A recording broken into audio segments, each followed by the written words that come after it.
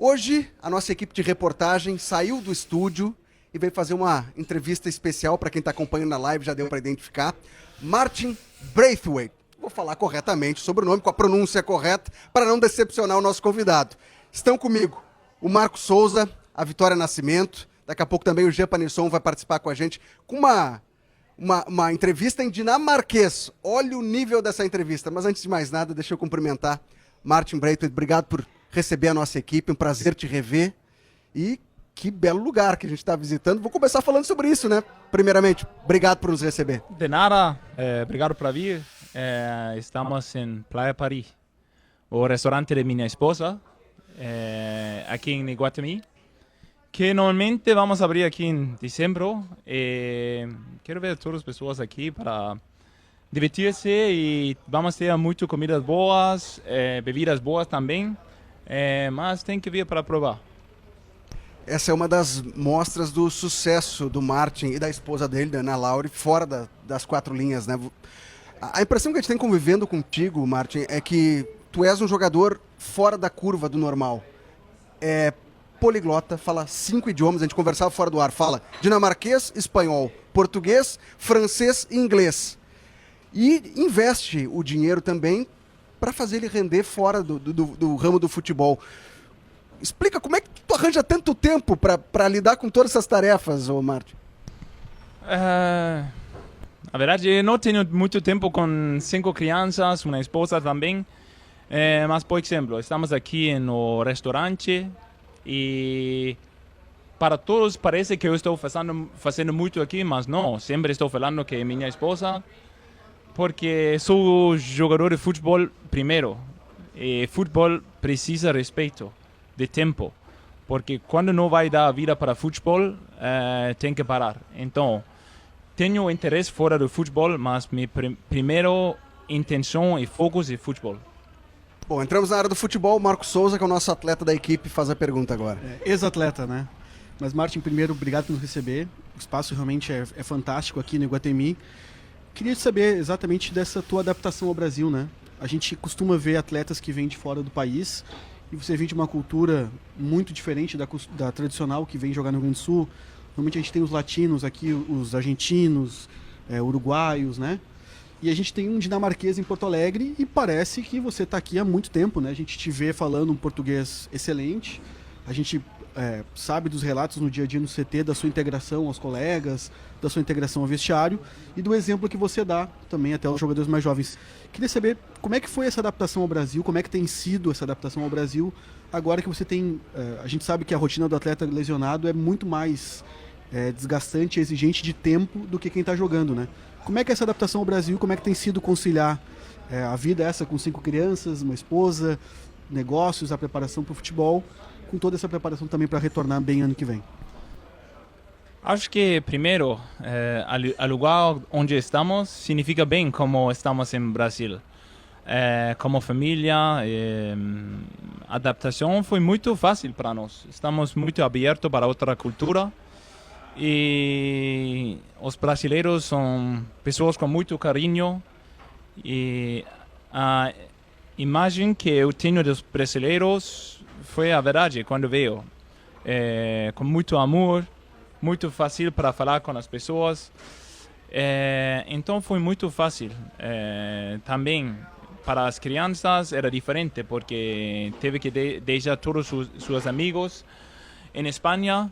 Mas para adaptar-se bem é importante de falar idioma. Então sempre minha esposa e eu estamos dizendo é importante de aprender o português para falar com seus companheiros, seus amigos. Todos estão falando português, melhor que eu. E tu já chegou aqui falando português um pouco, né? A gente que vive na zona mista ali, a gente já percebia que tu entendia, que tu respondia já em português. Quero saber quanto tempo antes tu começou essa preparação e se o teu tempo na Espanha te ajudou com o aprendizado do português. Não sabia nada de português antes de chegar. Mas, sim, falando espanhol ajuda bastante. Mas não sabia nada, mas tinha vontade para aprender bem o português, porque sempre falei desse amor que tinha para Brasil. E essa oportunidade para aprender português tinha muita vantagem para aprender rápido. Bom, vamos começar a perguntar sobre a lesão, Martin, porque acho que é a dúvida de todos nós, do torcedor do Grêmio principalmente. Eu estava naquele jogo Grêmio e Mirassol, que você se lesionou, e naquele momento foi uma comoção, você cai, não levanta mais, depois o Mano Menezes, que era o técnico do Grêmio, na entrevista diz, é algo grave, o Martin deve voltar só no ano que vem. Como está a recuperação? Você que rompeu o tendão de Aquiles em setembro, então temos aí 3 meses de recuperação. Como está essa recuperação e a projeção também para voltar aos gramados? Está muito bem. Estou muito contente com a recuperação, estou trabalhando muito. Fizemos programa, plan com o time medical de Grêmio. Meu preparador físico, meu fisioterapeuta, tudo está ótimo. O departamento medical de Grêmio é muito, muito bom. Estou muito contente com eles. E estou recuperando bem. Estou trabalhando todos os dias, fazendo tudo o que posso para recuperar rápido, mas mais importante que vou voltar bem.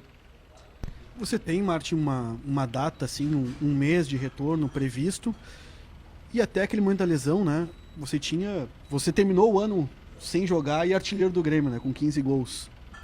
Como é que viu essa reta final de temporada após a tua lesão? E como é que também se projeta para ano que vem, para daqui a pouco começar uma temporada novamente bem? Porque o Grêmio precisa de seus jogadores de hierarquia, né? Acho que terminamos bem. Claro, queremos muito mais.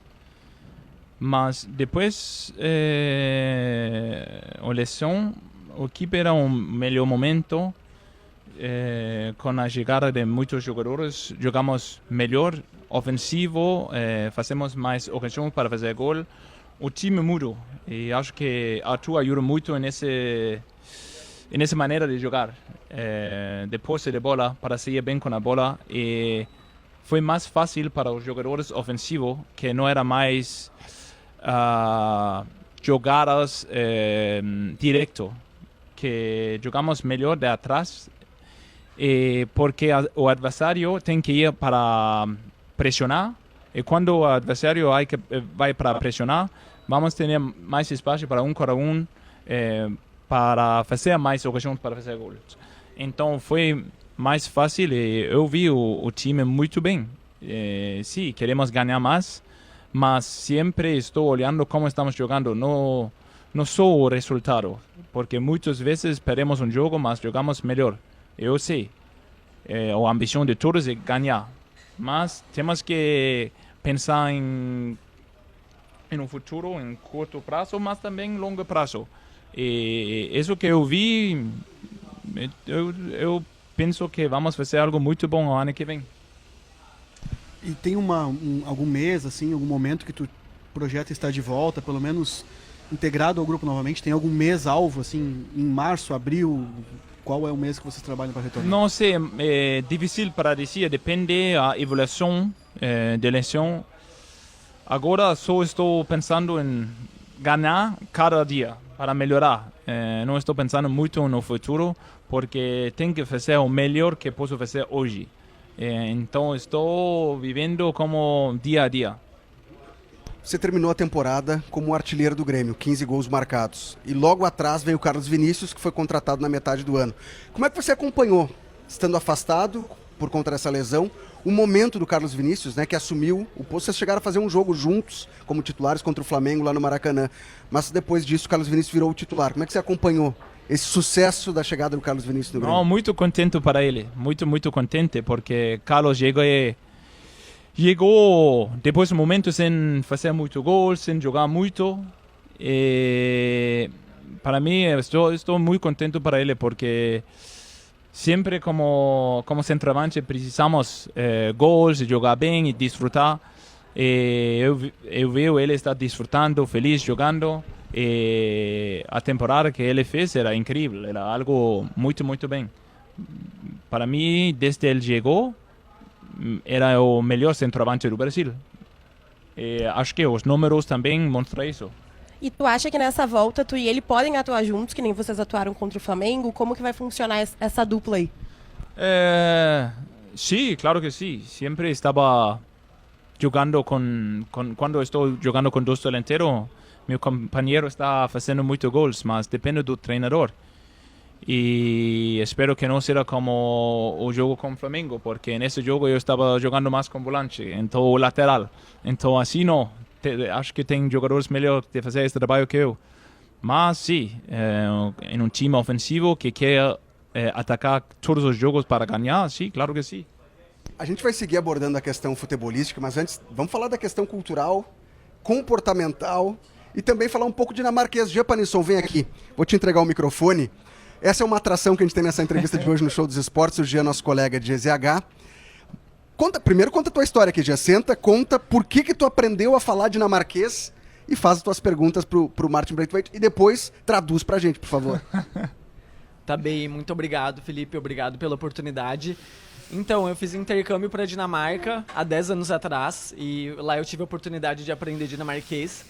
Só para contextualizar um pouquinho, né, para quem está nos assistindo. E agora eu vou fazer uma pergunta para o Martin em dinamarquês, até para vocês ouvirem um pouquinho, depois eu traduzo.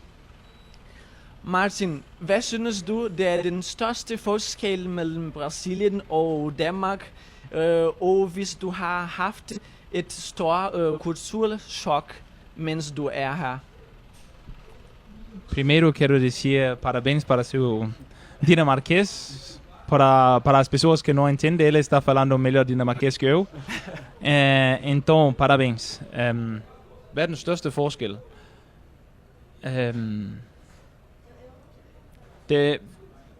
Folk er meget anderledes, hvor i Danmark er folk mere lukket, så folk de er lidt meget åbne her, og meget, hvad kan man sige,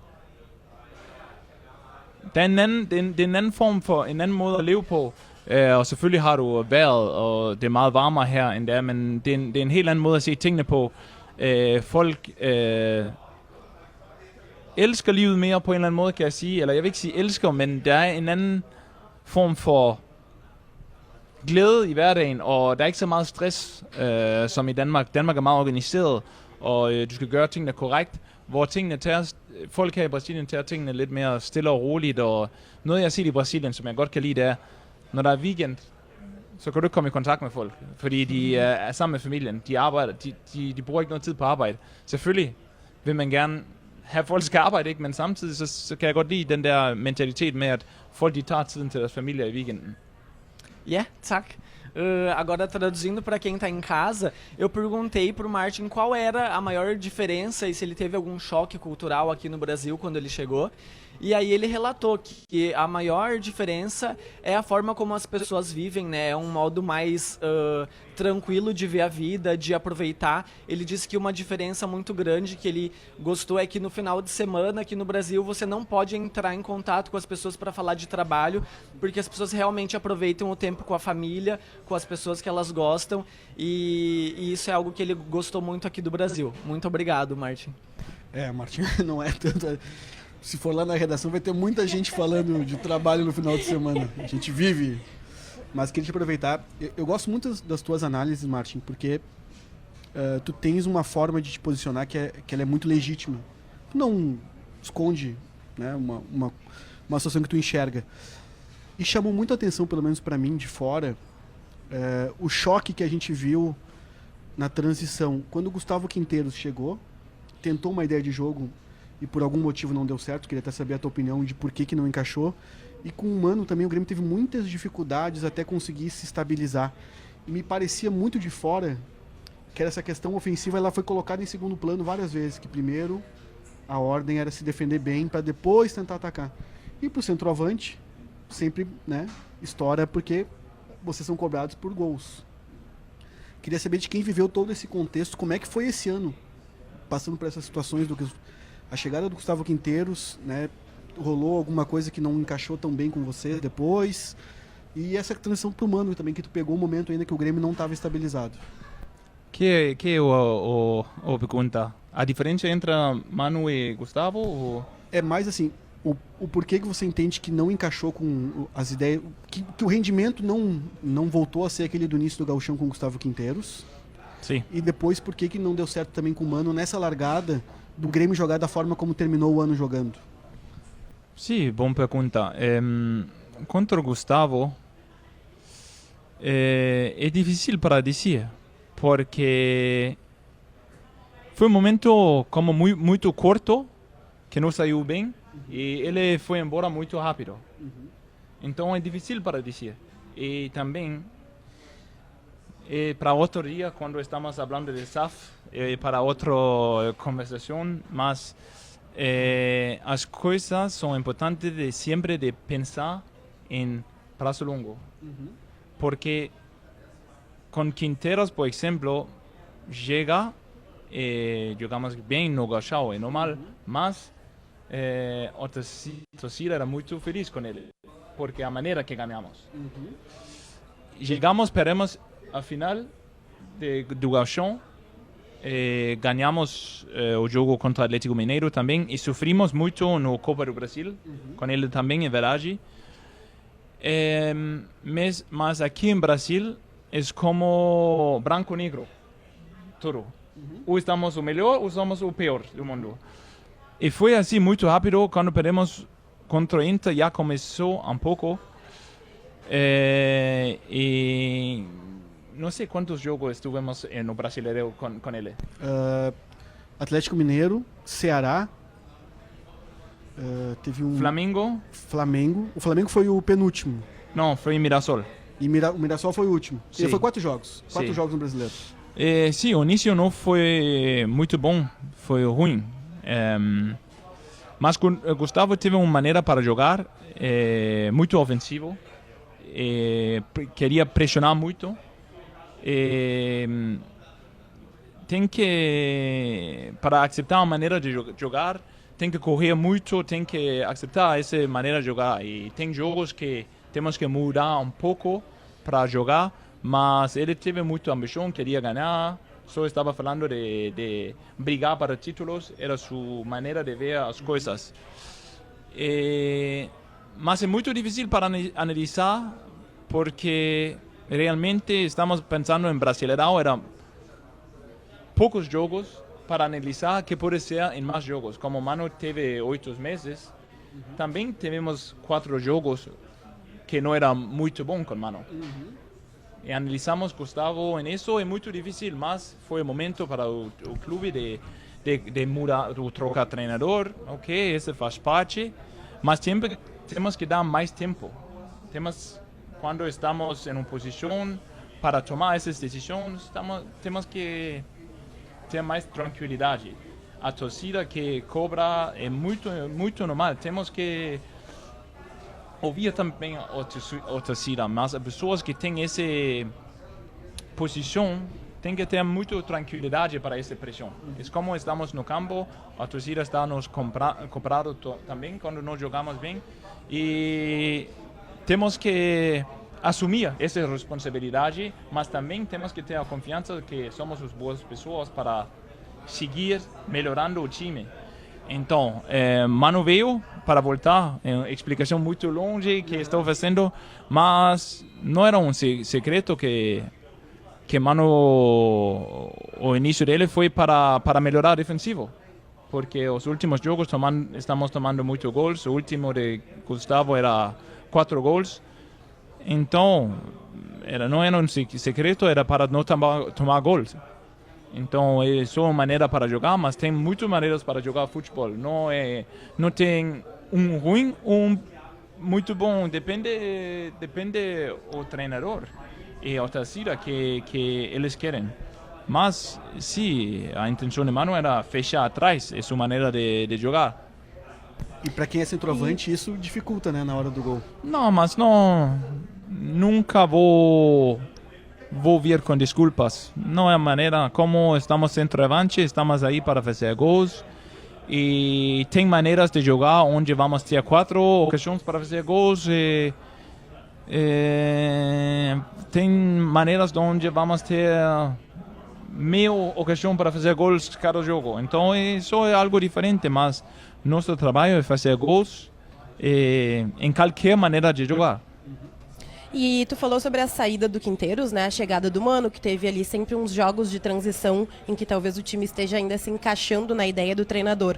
Como que tu percebeu e como que tu recebeu a saída do Mano agora nesse final de temporada? E o que tu acha que isso vai impactar no grupo no início, já que é um período curto de férias agora que você tem até voltar o Gauchão e o Brasileirão? Sim, acho que os jogadores estavam acostumados na maneira que jogar com Mano. Mas a decisão não é minha decisão, é o novo presidente e vamos apoiar em suas ideias. É muito importante que todos vamos apoiar nisso e pensar no futuro. Eu agradeço muito Mano para seu trabalho aqui porque foi muito bom. É uma pessoa muito legal e fez um trabalho muito bem dia a dia. E agora temos que pensar o futuro, novas ideias e vamos ver qual será ou quem será o treinador. A gente entende, a gente entende, Martin, que tem essa situação agora de mudanças, né? Como é que vocês enxergam isso como jogadores ali, agora vocês de férias, né? Você está aqui em Porto Alegre, tem colegas seus que não estão aqui mais, que estão em outros lugares aproveitando as férias. Como é que vocês acompanham isso? Vocês procuram se informar também para saber como é que vai ser, quem são os profissionais que estão chegando, possíveis reforços, até para entender também como é que se encaixa nesse contexto que está sendo montado para o ano que vem? Ocupado não, mas é importante que vamos organizar isso rápido e melhor para todos. E assim podemos pensar em frente. Para os jogadores agora é muito importante de descansar mentalmente, porque vamos ter uma temporada importante, sempre é importante, mas quando temos um momento para descansar, realmente precisamos de descansar. Agora a gente volta com o nosso colega Felipe Duarte, que vai voltar a comandar a nossa entrevista aqui, Mate. Obrigado, Jean. Já voltei querendo fazer uma pergunta. Se eu repetir a pergunta, perdão, porque eu não entendo dinamarquês. Se falarem dinamarquês, eu vou fazer a pergunta de novo. Mas a pergunta que eu te faço, Martin, é sobre a questão das férias, né? Você vai sair de férias agora, vai viajar, não precisa contar o destino. Sim. Mas como que é a rotina de um atleta profissional que está vendo que o grupo, o clube está se movimentando em busca de reforços? Já chegaram jogadores fundamentais nessa reta final, como William, Marcos Rocha. Como é que faz para se recuperar de lesão, focar em 2026, mas também aproveitar as férias? Sim, a maneira de aproveitar as férias para mim, temos que ligar minha esposa, porque pode ser que está brava comigo, porque vamos passar Natal e Réveillon com meu preparador físico e fisioterapeuta, porque está comigo todos os dias para trabalhar. Então, não tem descanso para mim, não tem descanso físico. Só vou ver outra coisa algumas semanas, mas só isso, o trabalho não para, porque essa reabilitação para mim é muito importante, tão importante que não posso descansar. Tu te lesionou em setembro, né? E como o Felipe falou, teve alguns reforços que chegaram, Arthur, William, Marcos Rocha, que tu não atuou tanto junto com eles. Como que tu vê a tua posição junto com esses caras que são de liderança no Grêmio também?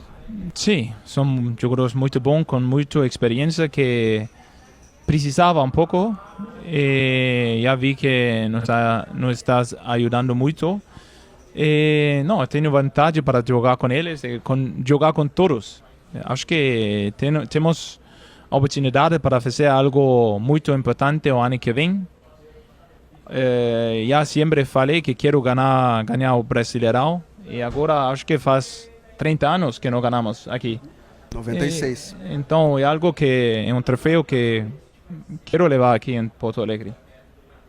Martin, eu queria te perguntar, a gente vê, né, pelo menos a gente ouviu antes da tua renovação ser oficializada, que você teve consultas de outros clubes de fora, da Espanha, e você renovou o contrato com o Grêmio. O que significa isso? Assim, você não quer sair, a gente está aqui provavelmente sentados num lugar lindo que vai ser, que acho que é um sinal claríssimo das suas intenções aqui em Porto Alegre. Mas queria saber de ti, assim, te perguntando diretamente, a sua intenção é permanecer no Grêmio? A gente sabe que um jogador de 34 anos... A gente sabe que a tua situação financeira também é muito diferente de outros atletas que estão nesse mesmo momento. Mas, né, nunca se sabe. Adaptação da família e tudo. Sua intenção é permanecer em Porto Alegre mesmo que tenha outros interessados que já tiveram conversas com você? Não sei se já chegaram a conversar contigo, mas enfim, que procuraram o Grêmio pelo menos. Agora só estou pensando em recuperar bem, voltar e jogar. Não estou pensando em outro lugar.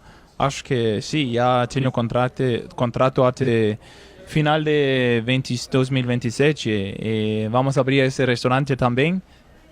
Queremos desfrutar isso, mas não estou pensando muito nisso. Pode ser que vou ficar aqui 10 anos, não sei. Eu sei que o mundo do futebol é louco. Estou contente com minha vida aqui e quero voltar para ajudar o time o mais rápido possível. Bom, a prova de que está planejando ficar por mais tempo é a abertura desse restaurante no qual a gente está aqui gravando a entrevista contigo. Mas você recebeu alguma proposta enquanto esteve no Grêmio que chegou a te balançar? Porque chamou a atenção o fato de vocês terem renovado o contrato. Ainda tinha contrato até o final do ano que vem, você estende para mais uma temporada, 2027. O que aconteceu para vocês terem renovado o contrato? Teve assédio de algum outro clube? Não, era algo muito natural. Não estava pensando para ir embora, estava contente aqui. Sempre tem clubes chamando meu representante, mas sempre falei para ele, não quero ouvir nada de fora, estou contente lá. É algo muito natural em futebol. Martin, a gente vê também que prova da tua adaptação é teus filhos jogando também na escolinha do Grêmio, né?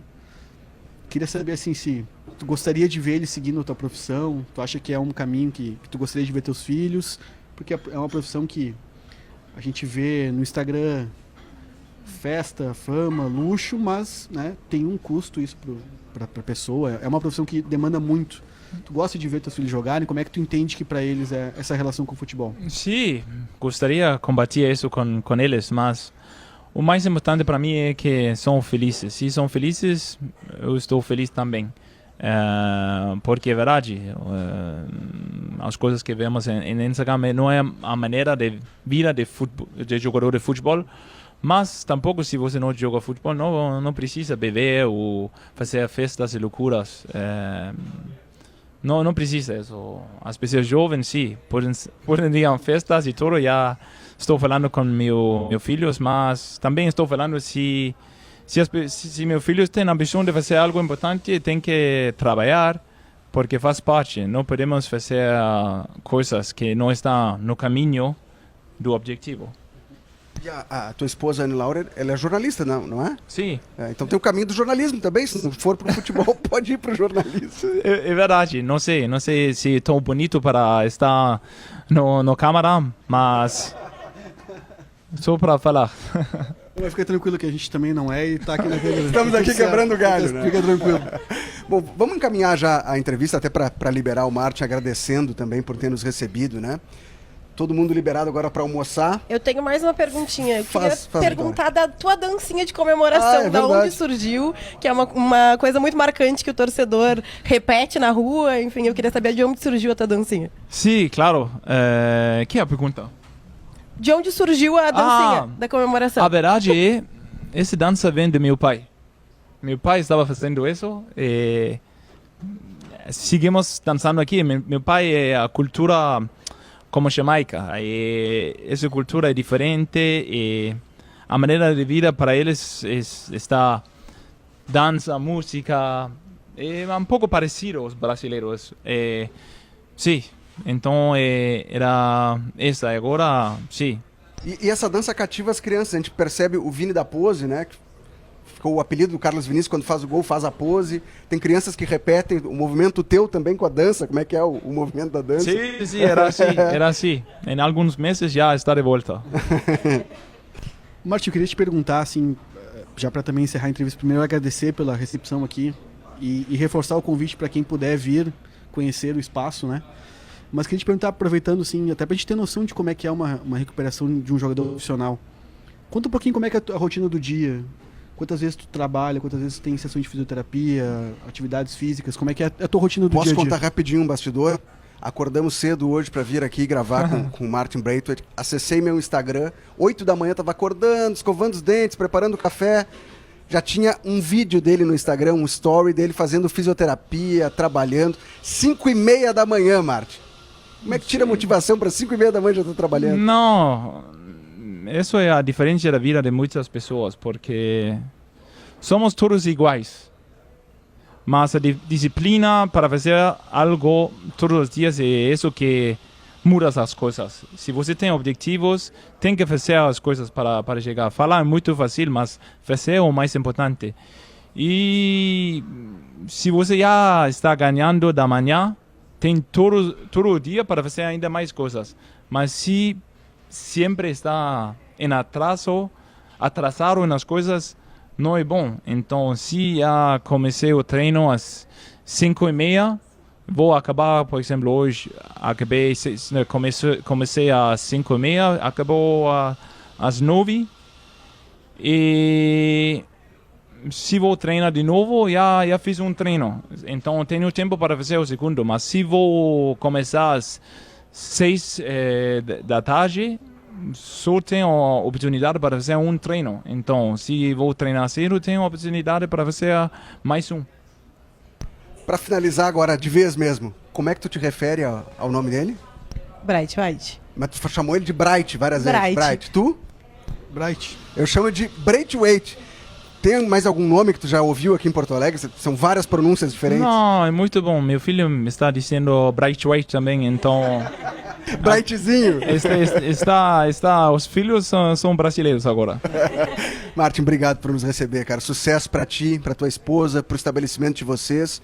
E nesse retorno de lesão, teu retorno aos gramados no Grêmio. Muito obrigado.